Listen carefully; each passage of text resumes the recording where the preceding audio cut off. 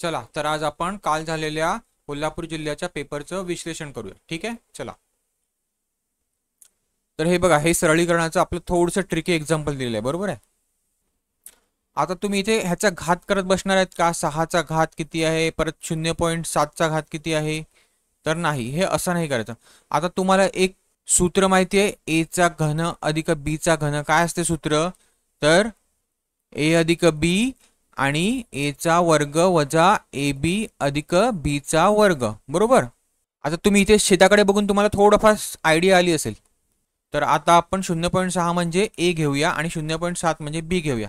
तर बघूया कसं सॉल्व्ह करायचं. ठीक आहे.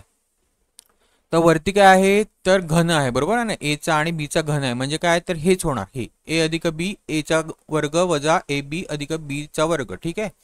आता छेदात काय होणार, तर हा ए आहे, हा बी आहे. बी काय बघा, 6 7 42 आहे. तर छेदाला काय होणार, ए चा वर्ग वजा ए बी अधिक बी चा वर्ग. ठीक आहे. आता बघा, हे आणि हे जाणार म्हणजे काय होणार, तर फक्त ए अधिक बी. मग ए काय घेतलेलं आपण, तर 0.6 अधिक 0.7 बी घेतलेला, बरोबर आहे. म्हणजे किती होणार, तर 1.3 आहे. उत्तर 1.3 आहे. चला पुढे. आता इथे बघा काय म्हणतोय, एका वर्तुळाचे क्षेत्रफळ 616 चौरस मीटर आहे. तर त्या वर्तुळाचा परिघ किती आहे? तर वर्तुळाचे क्षेत्रफळ काय असते, तर वर्तुळाचे क्षेत्रफळ असते पाय गुणिले त्रिज्येचा वर्ग, बरोबर आहे. त्रिज्या म्हणजे आपण आर घेतला, ठीक आहे. आणि परिघ काय असतो, परिघ, तर परिघ असतो 2 गुणिले पाय गुणिले आर म्हणजे काय, तर त्रिज्या. ठीक आहे. आता त्याने आपल्याला क्षेत्रफळ दिलेलं आहे, किती दिलेलं आहे, 616 दिलंय. म्हणजे पाय किती घ्यायचा, तर 22/7 असतो पाय. आणि आर काय आहे, तर तो आपल्याला काढायचा. आता 22 ने 616 भाग जातो का, तर 11चा देऊन बघा.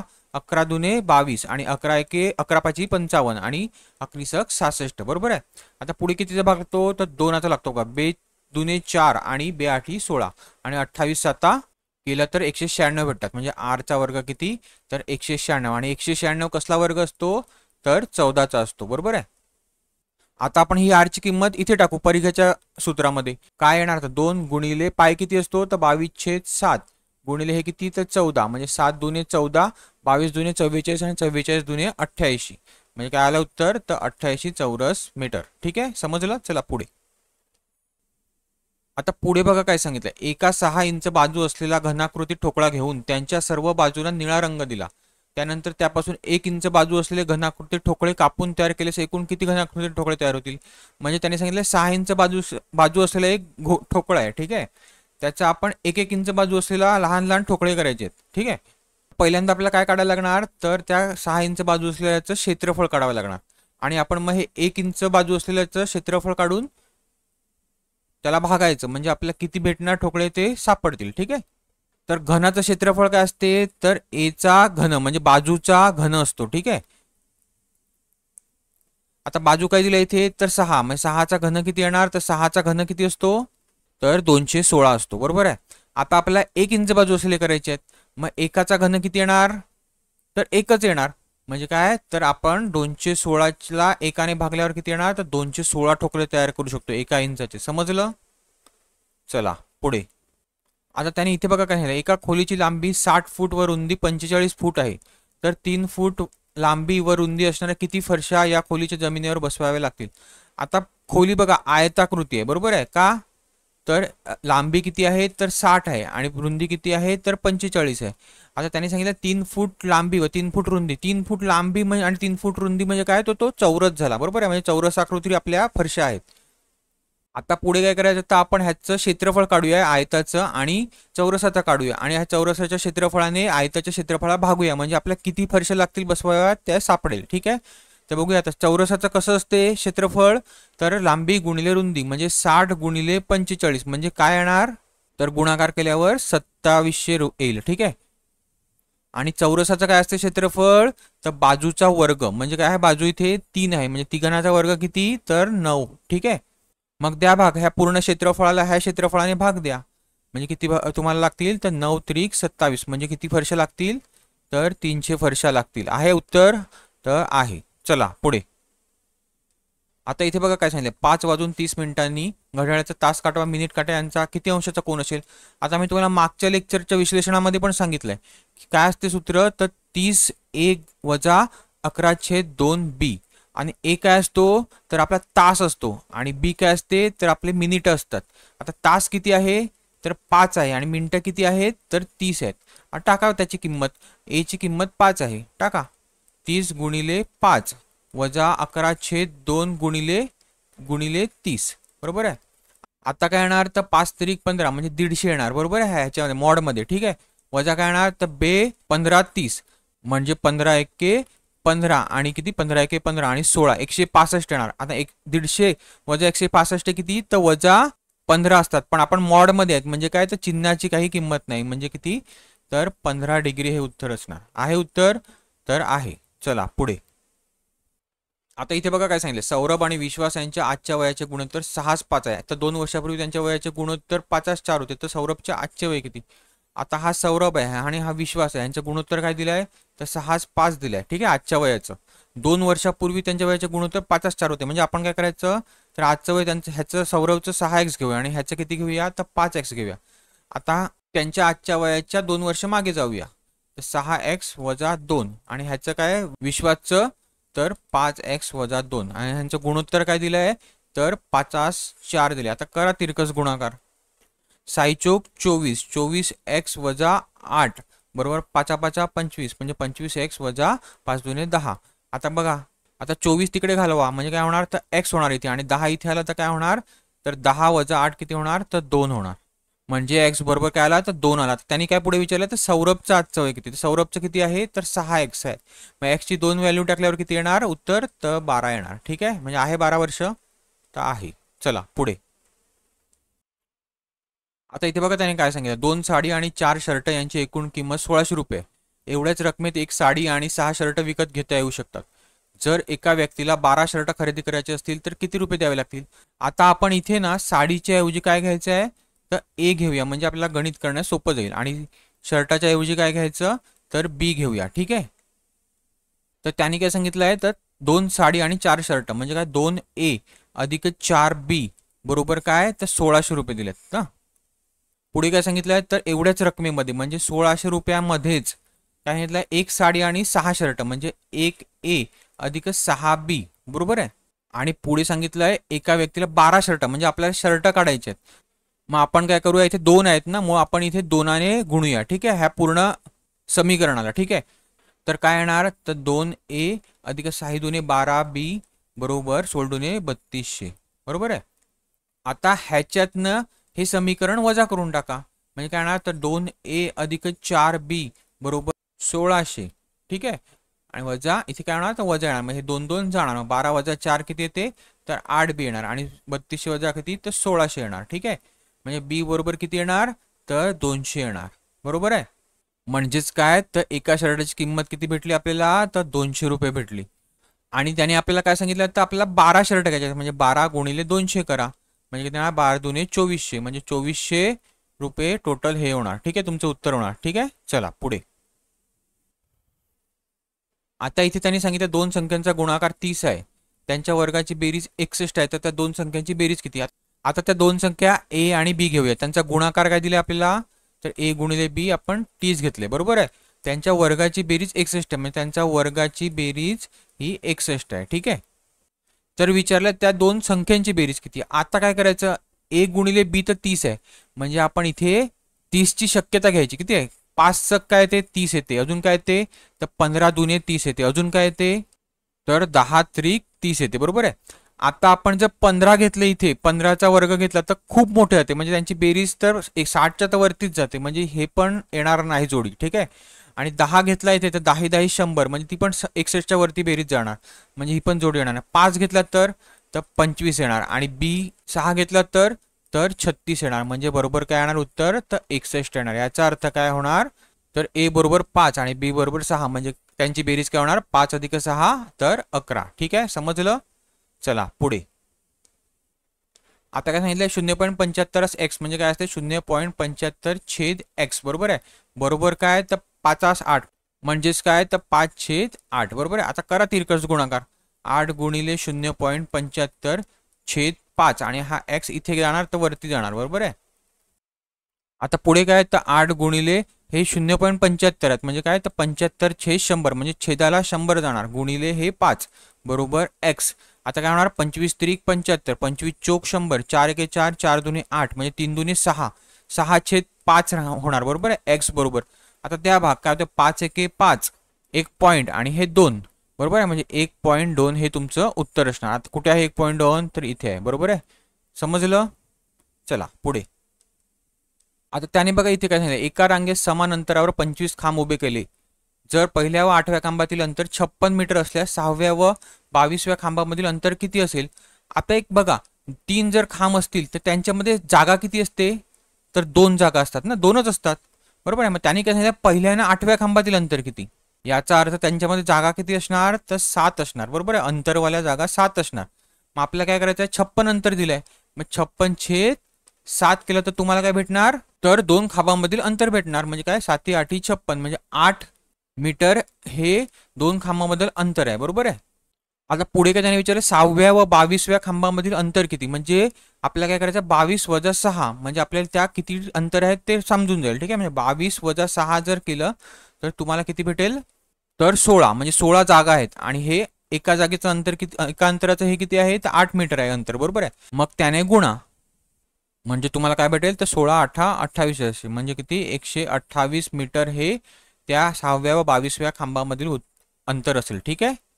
चला पुढे.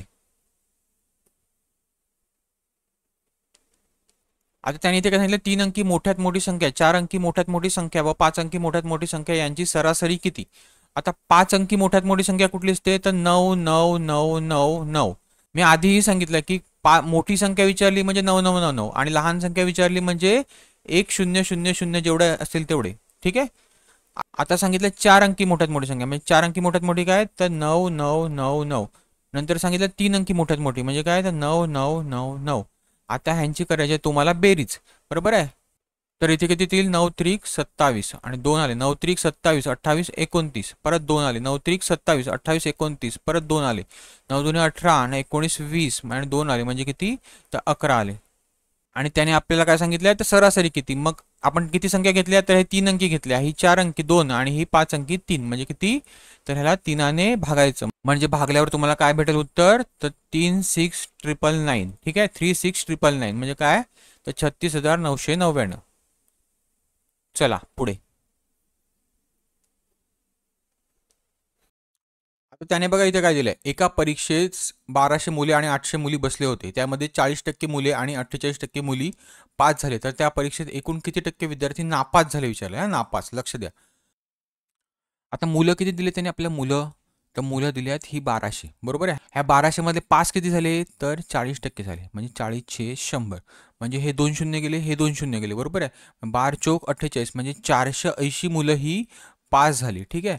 आता मुली किती दिल्यात मुली तर मुली दिल्यात ह्या 800 दिल्यात ह्या 800 मधल्या पास पास किती झाल्या तर 48% झाल्या म्हणजे 48/100 हे 2 शून्य गेले हे 2 शून्य गेले म्हणजे 48 गुणिले 8 केलं तर तुम्हाला 384 भेटेल म्हणजे 384 मुली ह्या पास झाल्यात बरोबर आहे. आता त्याची टोटल करा किती होणार टोटल तर 4 8 8 16 आणि 1 जे 864 म्हणजे 864 विद्यार्थी हे पास झाले. आता आपण पासची टक्केवारी काढूया ठीक आहे. आता टोटल मुलं किती आहेत ते हे 1200 आणि ह्या मुली किती तर 800 म्हणजे टोटल विद्यार्थी किती झाले तर 2000 झाले बरोबर आहे. म्हणजे ह्या 2000 मध्ये जर 864 हे पास झाले असतील तर 5ची टक्केवारी काढूया आपण किती आहे ते 100ने गुणून ठीक आहे. तर हे 2 शून्य गेले हे 2 शून्य गेले आता कितीचा भाग लागतो तर 4चा लागतो 4 5 20 4 दुने 8 4 1 4 4 6 24 म्हणजे 216 आले म्हणजे 216/5 हे टक्के विद्यार्थी पास झालेत. मग आपण पुढे भाग देऊया 5 चोक 20 आणि 5 त्रिक 15 आणि 1 आला 5 दुने 10 म्हणजे 43.2% हे विद्यार्थी पास झाले. आता त्याने सांगितलं आपल्याला नापास किती झाले मग नापास कसं काढायचं तर 100% टक्के किती 100 असतात म्हणजे 100 वजा 43.2 म्हणजे तुम्हाला काय उत्तर भेटणार तर 58.6 एवढे टक्के विद्यार्थी हे नापास झाले. समजलं. चला पुढे.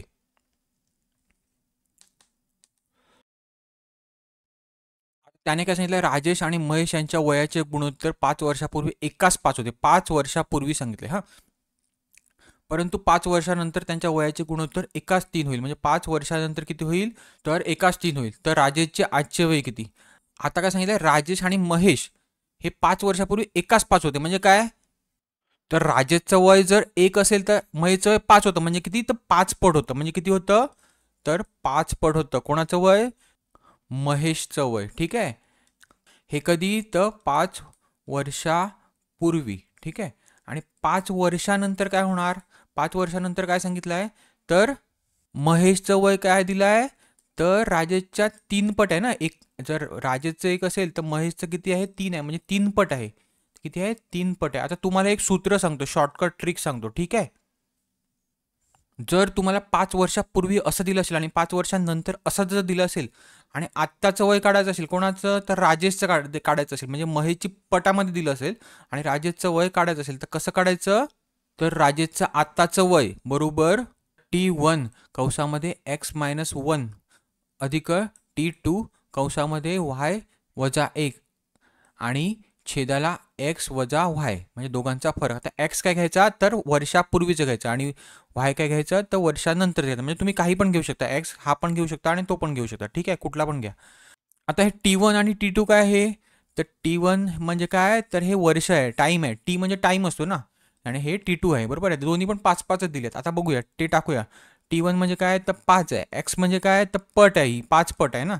5 वजा 1 अधिक T2 काय आहे, तर ते पण 5 आहे. आणि y काय आहे, तर 3 पट आहे. म्हणजे 3 वजा 1 छेद दोघांची पटामधली फरक काढायचा. 5 वजा 3 म्हणजे काय, तर 2. आता करा सॉल्व. काय येणार, तर 5 गुणिले 4 येणार अधिक हे काय येणार, 5 गुणिले 2 येणार. छेद काय येणार, तर 2. 5 चोक 20 अधिक 5 दुने 10 छेद 2 म्हणजे काय होणार, तर 30/2 म्हणजे काय येणार, 15 येणार. ठीक आहे. म्हणजे राजेशचं आजचं वय काय येणार, तर 15 वर्ष येणार. समजलं, नसेल समजलं तर परत एकदा रिवाइंड करून बघा. ठीक आहे. चला पुढे. आता इथे बघा काय दिलं, 25चा घातांक 1 दिला, 100चा किती दिला आहे, 0 दिला आणि एकाचा किती दिला आहे, 33. आता नेहमी लक्षात ठेवा, कुठल्याही संख्येचा घातांक 1 असेल तर त्याचं उत्तर काय असते, ती संख्याच असते. आणि 100चा घातांक 0 आहे, म्हणजे कुठल्याही संख्येचा जर घातांक 0 असेल तर काय उत्तर असते, मी तुम्हाला मागच्या व्हिडिओमध्ये पण सांगितलंय, 1 उत्तर असते. ठीक आहे. आणि एकाचा किती पण घातांक घ्या, त्याचं उत्तर एकच राहणार आहे. म्हणजे याचं उत्तर काय येणार, तर 25 अधिक 1 अधिक 1 तर 27. ठीक आहे. समजलं. चला पुढे. आता त्याने इथे बघा काय झालं, सुरेश हा महेशपेक्षा 3 दिवसाने मोठा आहे, रमेश महेशपेक्षा 8 दिवसाने लहान आहे. प्रजासत्ताक दिनी रमेशचा वाढदिवस येतो, तर सुरेशचा जन्म दिवस कुठला. आता त्यांनी काय सांगितलं, प्रजासत्ताक दिन म्हणजे काय, तर 26 जानेवारी. 26 जानेवारीला कोणाचा जन्मदिन आहे, तर रमेशचा आहे. ठीक आहे. आता त्याने पुढे काय सांगितलं, रमेश हा महेशपेक्षा 8 दिवसाने लहान आहे. लहान आहे याचा अर्थ काय, तर मागे जायचं. म्हणजे काय, तर 26 वजा 8 म्हणजे म्हणजे महेशचा जन्मदिन काय येणार, तर 18 जानेवारी. ठीक आहे. आता पुढे काय सांगितलं, तर सुरेश हा महेशपेक्षा 3 दिवसाने मोठा आहे. 3 दिवसाने परत मोठा आहे म्हणजे काय, तर परत मागे जायचं. म्हणजे 3 दिवस मागे गेल्यावर तुम्हाला काय भेटणार, तर 15 जानेवारी. म्हणजे सुरेशचा जन्मदिवस काय येणार, तर 15 जानेवारी. आहे उत्तर, तर आहे. चला पुढे. आता इथे काय सांगितलं आहे, सोबतच्या आकृतीत एकूण त्रिकोण किती आहेत. आता नेहमी लक्षात ठेवा, त्रिकोण असेल त्रिकोण आणि हा मधनं जर अशी एक लाईन गेली असेल तर किती, हे 2 भाग होतात, 1 आणि 2. याचा अर्थ किती त्रिकोण आहेत एवढ्याशा त्रिकोणामध्ये, तर 1 अधिक 2 म्हणजे किती, तर 3 आहेत. ठीक आहे. आता समजा तसाच एक त्रिकोण आहे आणि असे 2 लाईनी गेल्यात, किती भाग झाले, तर 1 2 आणि 3. बरोबर आहे. म्हणजे किती त्रिकोण आहेत ह्याच्यामध्ये, 1 अधिक 2 अधिक 3 म्हणजे किती होणार, तर 6 त्रिकोण आहेत. आता बघा सेम अशाच्या असे त्रिकोण इथे वरती पण आहेत. हा बघा, ह्याच्याकडे लक्ष द्या. हे काय आहे, तर आपल्या ह्या त्रिकोणासारखं आहे. बरोबर आहे. म्हणजे ह्याच्यामध्ये किती असणार, तर 3 त्रिकोण असणार. आता ह्या त्रिकोणाकडे लक्ष द्या. बघा हे 2 भाग पडल्यात ह्याचे, म्हणजे काय, तर आपल्या ह्या त्रिकोणाप्रमाणे. म्हणजे ह्याच्यामध्ये किती असणार, तर अधिक 6 म्हणजे 6 त्रिकोण असणार ना. आता पुढे कुठले त्रिकोण राहिलेत का, तर बघूया, एक मिनिट हा. आता बघा हा बाहेरचा त्रिकोण, बघा हा बाहेर टोटल मोठा त्रिकोण, हा एक त्रिकोण आहे. म्हणजे अजून एक आडला. आता अजून एक आहे का बघा, तर बघा हा एक आहे बघा असा, हा इथला आहे बघा, हा हा एक अजून त्रिकोण आहे. ठीक आहे. म्हणजे टोटल किती होणार, तर 6 न 3 9 आणि 10 आणि 11 म्हणजे टोटल 11 त्रिकोण आहेत ह्याच्यामध्ये. समजलं? चला पुढे.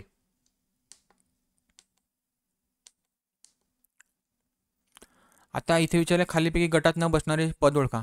आता ह्याच्यामध्ये काय दिले आहेत तर 30 आणि 31 वाले महिने दिले आहेत. एप्रिल कुठला असतो तर 30 असतो, सप्टेंबर 30, फक्त डिसेंबर काय असतो तर 31 असतो. म्हणजे काय तर गटात न बसणारा डिसेंबर. ठीक आहे, चला पुढे. आणि जून पण 30 असतो. ठीक आहे, चला पुढे.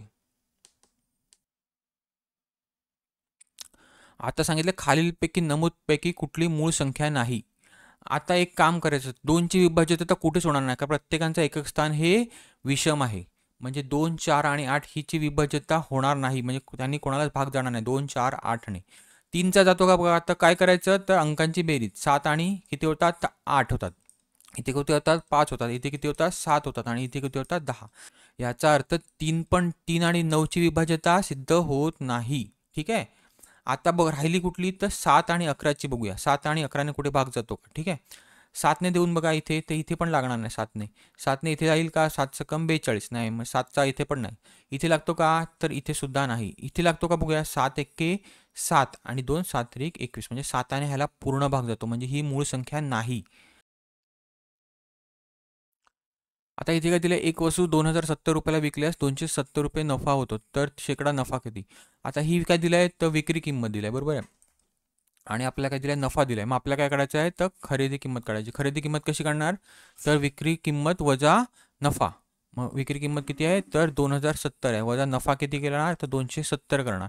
म्हणजे तुम्हाला उत्तर काय भेटेल तर 1800 रुपये. ठीक आहे, ही काय झाली तुमची तर खरेदी किंमत झाली. आता तुम्हाला शेकडा नफा विचारलाय ना, मग आता काय करायचं तर नफा छेद खरेदी किंमत. नफा कशावर घेतो, नफ्याची टक्केवारी तर खरेदी किमतीवर घेतात. म्हणजे काय तर 1800 गुणिले 100. म्हणजे हे 2 शून्य गेले, हे 2 शून्य गेले, म्हणजे किती होणार तर इथे 9चा भाग लागेल. 9 दुने 18, 9 त्रिक 27, म्हणजे 0 ना, इकडे किती जाणार तर 15 जाणार. म्हणजे किती उत्तर होणार तर 15% हा तुम्हाला नफा होतो. ठीक आहे, चला पुढे. आता सांगितलं 400 ग्रॅम हे 80 किलोच्या किती टक्के. आता 1 किलो म्हणजे किती असते तर 1000 ग्रॅम असतो, बरोबर आहे. म्हणजे 80 किलोग्रॅम म्हणजे किती होणार तर 80 किलोग्रॅम म्हणजे 80,000 होणार, बरोबर आहे. म्हणजे काय तर 400 ग्रॅम हे 80 किलोच्या किती टक्के विचारलं आहे, म्हणजे 400 छेद 80,000 गुणिले 100, टक्केवारी काढायची आहे. घालवा 2 शून्य, हे 2 शून्य गेले, हे 2 शून्य गेले. आता आणि वरचे पण 2 शून्य गेले. म्हणजे काय 4 एके 4 आणि 4 दुने 8. याचा अर्थ काय तर 0.5, म्हणजे अर्धा टक्के. बरोबर आहे उत्तर तर आहे. चला पुढे.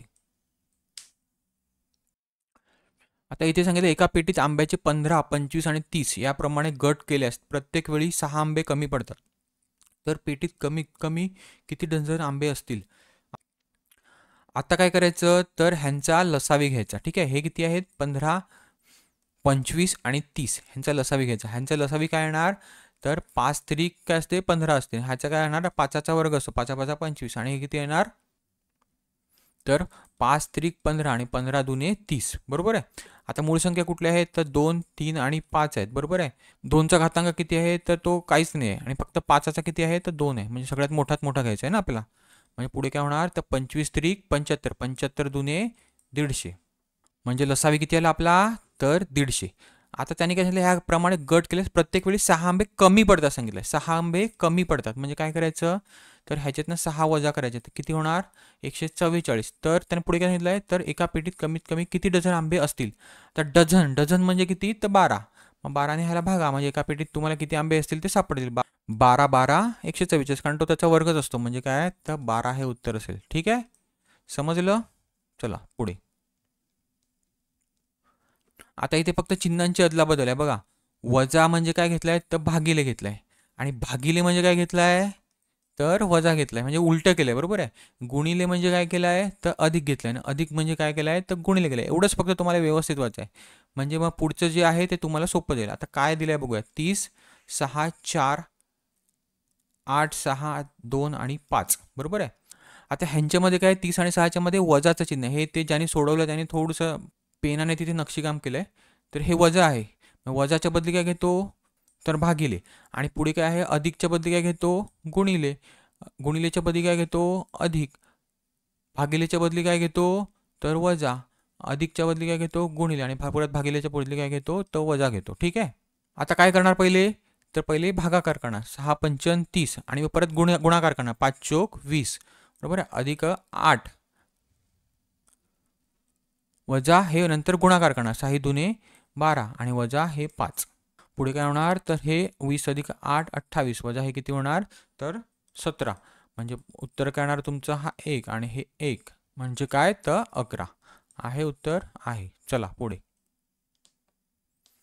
आता इथे बघा समीरने एक गाय म्हैस व बैल एकूण 85,000 रुपयांना खरेदी केली. गाय म्हैस व बैल यांच्या किमतीचे प्रमाण 4:8 8:5 असे असेल तर गायीची किंमत किती. आता त्यांचं प्रमाण दिलंय कोणाचं दिलंय बघा पहिले काय दिलंय तर गाय दिलाय नंतर काय दिलंय तर म्हैस दिलाय नंतर काय दिलंय तर बैल दिलाय. आता ह्यांचं गुणोत्तर काय दिलंय ह्याची 4 दिलाय किमतीचं आणि ह्याचं काय दिलंय 8 दिलाय म्हैशीचं आणि बैलाचं किती दिलंय तर 5 दिलंय आणि त्यांनी किंमत कितीला खरेदी केलाय तर 85,000ला खरेदी केलाय बरोबर आहे. ह्यांच्यामधली 85,000मधली गायीची किंमत विचारलाय. आता गायी किती आहे तर 4 आहे आणि वरती नंतर खालती काय घ्यायचं तर ह्यांची बेरीज घ्यायची 8 5 13 आणि 4 17 परत काय होणार तर भाग द्या 17 5 85 म्हणजे काय होणार तर 5,000 गुणिले 4 काय होणार 5 चोक 20 बरोबर आहे. वरचे 3 तसेच्या तसे म्हणजे गायीची किंमत काय होणार तर 20,000. ठीक आहे. चला पुढे.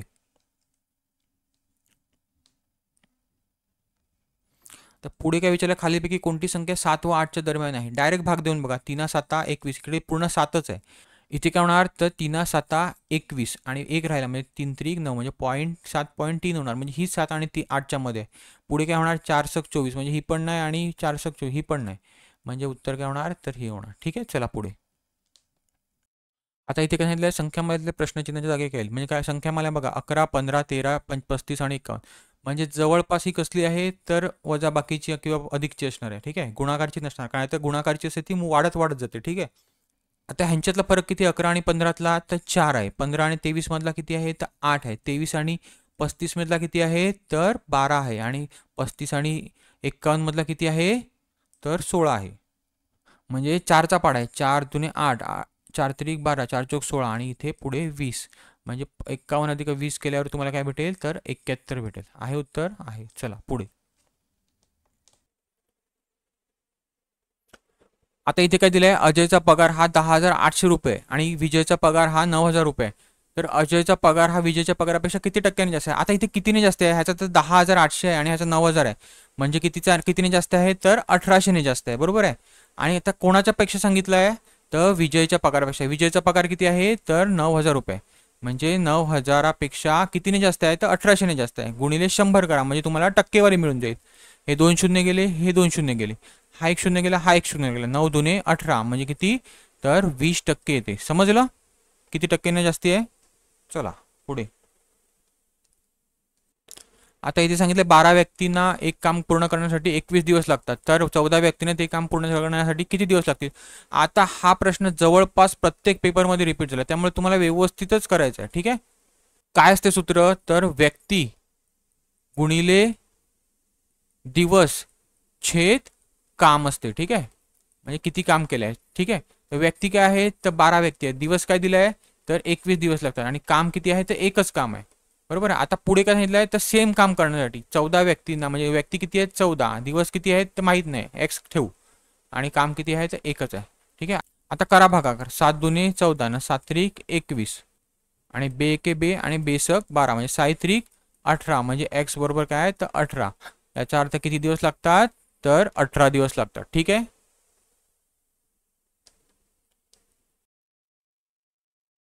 आता इथे काय दिलं आहे 180 मीटर लांबीची एक ट्रेन आहे बरोबर आहे. आता ती 144 किलोमीटर प्रति तासाने भागते म्हणजे पळते. तिच्या मार्गातील एक खांब ती किती वेळात ओलांडेल. आता समजा हा एक खांब आहे ही समजा एक ट्रेन आहे बरोबर आहे. आता हा शेवटचा डब्बा आहे. आता ह्या ट्रेनला जर हा खांब ओलांडायचा असेल म्हणजे त्याला किती अंतर कापावं लागेल तर ह्या ट्रेनचं जेवढं अंतर आहे तेवढं कापावं लागेल. मग त्याच्यासाठी किती वेळ लागेल तो काढायचा आपल्याला. ठीक आहे. आणि स्पीड आहे तो किलोमीटर प्रति तासात दिलाय मग तो आता स्पीड आहे तो आपल्या मीटर सेकंदमध्ये करायचा. कसा करणार तर 144 गुणिले 5/18 करायचं. ठीक आहे. म्हणजे कितीचा भाग लागणार बघा 9चा लागणार 9 दुने 18 आणि 9 एके 9 आणि किती 9 सक 54 म्हणजे परत लागेल बघा बेचा बे 8 16 म्हणजे 8 पंचन 40 याचा अर्थ स्पीड किती असणार, मीटर पर सेकंद मध्ये असणार, हा स्पीड भेटला. ठीक आहे. आता त्याने आपल्याला काय दिलं, अंतर पण आपल्याला माहिती आहे 180 मीटर अंतर आहे आणि 40 मीटर पर सेकंद त्याचा स्पीड आहे. तर ते आपल्याला काय झालं, वेळ काढायला. तर वेळ किती निघणार, हा 4, हा शून्य गेला, हा शून्य गेला, 4 एके 4, 4 चोक 16 आणि 2 4 पॉईंट घेतला आणि 4 पंचन 20 म्हणजे किती, तर 4.5 मिनिट हे त्याला लागणार. ठीक आहे ओलांडायला.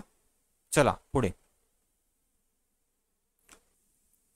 आता इथे सोपं आहे बघा, 5/6 भागिले 1/2 अधिक 1/3 म्हणजे हे काय करणार, ह्यांचा तिरकस गुणाकार करायचा. 3 एके 3 होणार वरती आणि 2 एके 2 आणि खालती होणार 6 म्हणजे 3 2 5 म्हणजे 5/6 होणार. इथे पण 5/6 आणि 5/6 म्हणजे किती, भागिले 5/6 म्हणजे किती होणार, तर एक उत्तर होणार. ठीक आहे. आता इथे विचारलंय अ ब क ड ई हे क्रमाने येणारे 5 विषम संख्या तर त्यांची सरासरी काय होईल. आता बघा, सरासरी सम असून दे विषम असून दे, जर संख्या सेम किमतीने वाढत असेल, जर संख्या सेम किमतीने वाढत असेल तर त्यांचा जो मधला मधला अंक असतो, मधला तो त्यांची सरासरी असतो. ठीक आहे. याचा अर्थ काय, तर क ही त्यांची सरासरी आहे. ठीक आहे. आता इथे काय दिलंय, एका जंगलात काही मोर आणि काही हरणे उभे आहेत. त्यांच्या डोक्यांची एकूण संख्या 54 आहे आणि त्यांच्या पायांची एकूण संख्या 168 आहे. तर त्या जंगलात उभी असलेली एकूण मोर आणि हरणांची संख्या किती. आता हा आहे मोर. ठीक आहे. आणि हा आहे हरिण, म्हणजे हे आहे 2 व्हीलर आणि हे आहे 4 व्हीलर. आणि आपल्या डोकी किती दिले आहेत टोटल, तर डोकी दिले आहेत 54 आणि पाय किती दिले आहेत, तर पाय दिले आहेत 168. बरोबर. आता सूत्र काय, आपले 4 व्हीलरची आपल्याला काढायचं सूत्र काय आहे, 4 पायाचं हे काढायचं, जनावर काढायचं. तर L वजा 2H छेद 2. तर L काय आहे, तर लेग असतात, लेग इंग्लिशमधनं लेग म्हणतात पायाला, आणि H काय तर हेड म्हणजे डोकं. ठीक आहे. लेग किती दिले आहेत म्हणजे पाय किती दिले आहेत, तर 168 वजा 2 गुणिले H किती दिले आहे, तर 54 म्हणजे गुणिले 54. ठीक आहे. छेद 2. आता किती होणार बघा, 168 वजा 54 दुने 108 छेद 2 म्हणजे बरोबर काय येणार, तर हे 8 8 गेले, हे 6 आणि हे 0 म्हणजे छेद 2 म्हणजे किती होणार, तर 30 होणार. ठीक आहे. म्हणजे हे किती झाले, तर 4 पायाची जनावर म्हणजे काय, तर हरिण. आता 2 पायाची कशी काढायची, तर त्यांची डोकी आहेत त्याच्यामधनं हे 30 वजा करा, 54 वजा 30 केल्यावर तुम्हाला काय भेटेल, तर 24. म्हणजे मोराची संख्या काय असणार, तर 24 आणि हरणाची किती असणार, तर 30. समजलं. चला पुढे. आता विचारलं आहे सी जी संख्या दिली आहे, ह्याच्यामध्ये जो स्टार आहे त्याच्या जागी कोणता अंक असला पाहिजे, म्हणजे 9ने पूर्ण भाग जाईल. आता 9ची तुम्ही विभाज्यता आठवा. 9ची विभाज्यता काय असते, तर प्रत्येक अंकांच्या बेरजेला जर 9ने भाग गेला तर पूर्ण संख्येला 9ने भाग जातो. बरोबर आहे. आता हा स्टार सोडून ते बाकीचे अंक त्यांची बेरीज घ्या. 6 न 5 11, 11 आणि 4 15, 15 न 2 17, 17 पर्यंत पोहोचलो. आता आता 17च्या पुढची 9ने भाग जाणारी संख्या कुठली, तर 9 दुने 18 असतात, म्हणजे अधिक काय करायला लागणार, ह्याच्यामध्ये 1 करायला लागणार. समजलं. म्हणजे उत्तर काय येणार, तर 1 येणार. ठीक आहे.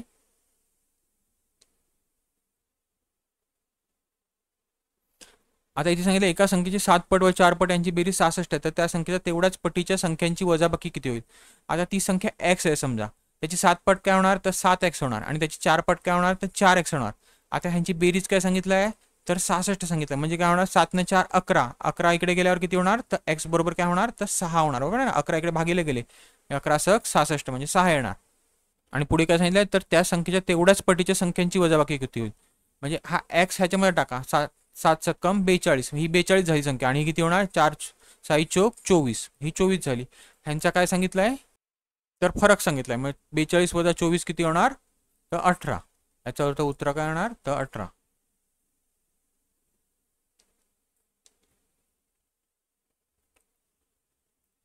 आता पुढे काय बघा, इथे काय सांगितलंय बघा, प्रदीप विक्रम ओमकार आणि सुधीर कॅरम खेळत आहेत. प्रदीपच्या डाव्या बाजूला विक्रम बसलेला, म्हणजे त्यांचे कुठे कुठे बसले आहेत ते दिलेत. आता ते काय खेळत आहेत, तर तो कॅरम खेळत आहे. कॅरम कसा चौकोनी असतो. बरोबर. आणि त्यांचं तोंड कुठे असणार, तर मधल्या बाजूला असणार, हे तोंड असं पुढे मध्ये असणार. ठीक आहे. आता बघा इथनं काय दिलंय ते आपण वाचूया. ठीक आहे. प्रदीपच्या डाव्या बाजूला विक्रम बसलाय.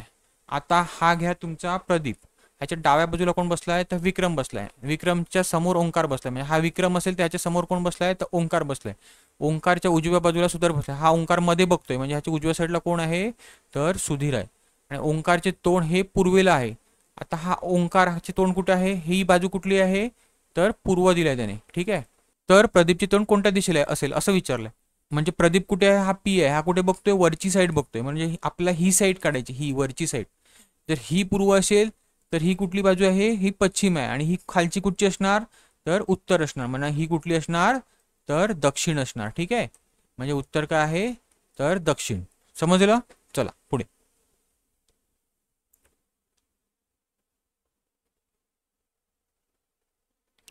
आता इथे काय सांगितलंय, वर्गात 5 मुले आहेत. अमोल बाबूराव पेक्षा उंच आहे. हा अमोल आहे, हा बाबूराव पेक्षा उंच आहे. हा बाबू घेऊ आपण, बी घेऊ, ठीक आहे. पण चंदू इतका उंच नाही. म्हणजे चंदू हा मोठा झाला, ठीक आहे. त्या पुढे काय दिलंय, देवा हा ईश्वरापेक्षा उंच आहे. हा देवा हा ईश्वरापेक्षा उंच आहे. पण पुढे काय सांगितलंय, तर पण बाबूराव पेक्षा छोटा आहे. हा बाबूराव, बाबूराव मोठा झाला, ठीक आहे. तर सर्वात उंच कोण, आता हा बाबूराव इथे घ्या. म्हणजे काय होणार, सगळ्यात उंच कोण होणार, तर सी होणार. म्हणजे कोण, तर चंदू, ठीक आहे.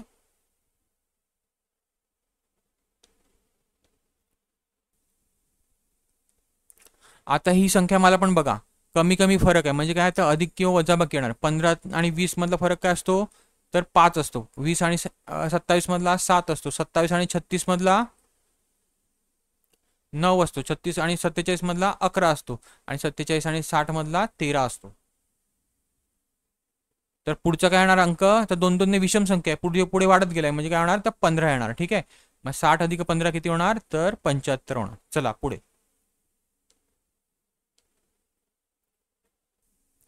आता इथे बघा, इथे कसं दिलंय बघा, हे सेम संख्या आहेत. म्हणजे जवळपास जवळजवळचे आहेत. ह्या जवळजवळचे आहेत आणि ह्या जवळजवळचे. म्हणजे तुमचं ऑपरेशन कसं होणार, तसं आडवं होणार, ठीक आहे. आपण बघूया. तर आपल्या मधल्या कॉलमची सांगितलंय ना, म्हणजे काय करायचं, ह्या 2 कॉलमची आपण हे करूया. 6 पंचन किती होतात, 30 होतात. 30 होतात, बरोबर आहे. आणि 60चा आणि 30चा काय होणार, तर 30ची परत दुप्पट येते, ठीक आहे, 60. तसंच इकडे बघूया, 8 30 56. 56च्या दुप्पट किती येते, 112. तसंच काय करायचं, 14 गुणिले 12 किती येणार, तर गुणाकार केला तर 168 होणार. आणि त्याची दुप्पट केली तर 336 होणार, ठीक आहे. चला पुढे. चला, तर अशा प्रकारे आपण कोल्हापूर विभाग संपवलेला आहे. आता ज्यांनी लाईक नसेल केलं त्यांनी लाईक करा, आणि ज्यांनी सबस्क्राईब केलं नसेल त्यांनी प्लीज सबस्क्राईब करा. आपल्या चॅनलला तुमच्या सपोर्टची खूप गरज आहे. चला, थँक्यू.